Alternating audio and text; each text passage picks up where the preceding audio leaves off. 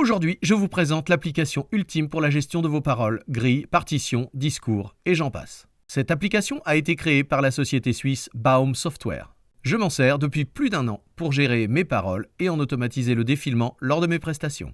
Depuis que j'ai adopté cette application sur iPad, j'en suis entièrement satisfait. Pour commencer, contrairement à beaucoup d'applications, celle-ci dispose d'un mode d'emploi intégré utilisable à tout moment. 55 pages en français avec des copies d'écran pour faciliter la compréhension de chacune des rubriques. Un site dédié permet de poser vos questions au support technique via un formulaire. Pour commencer, vous devrez créer des fichiers PDF à partir de vos paroles, grilles, partitions, discours pour les intégrer à l'application. Vous pouvez aussi utiliser vos photos que vous intégrerez très facilement à votre fichier. L'énorme plus de cette application est le tournage des pages enregistrables.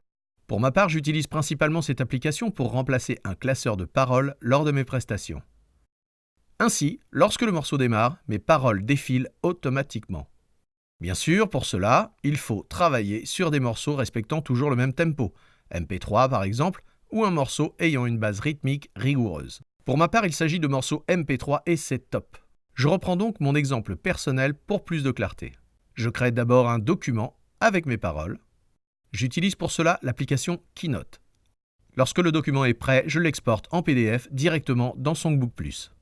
Il ne me reste plus qu'à entrer quelques infos utiles ultérieurement lors des recherches dans l'appli, comme le nom de l'artiste, le style. Les paroles sont importées. Le processus d'enregistrement de tournage des pages est extrêmement simple. Il ne reste plus qu'à vérifier le minutage. Et tout est prêt. On peut également utiliser une pédale Bluetooth pour lancer le défilement des paroles.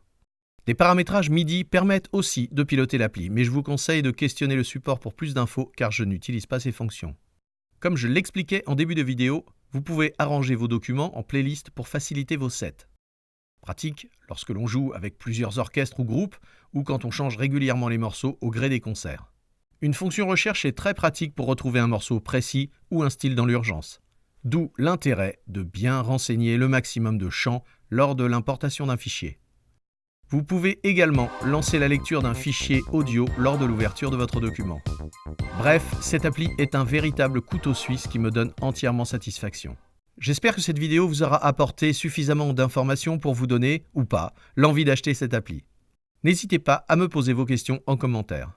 Merci de mettre un pouce en l'air si vous avez apprécié la vidéo et abonnez-vous à la chaîne pour plus de produits sympas et testés à découvrir.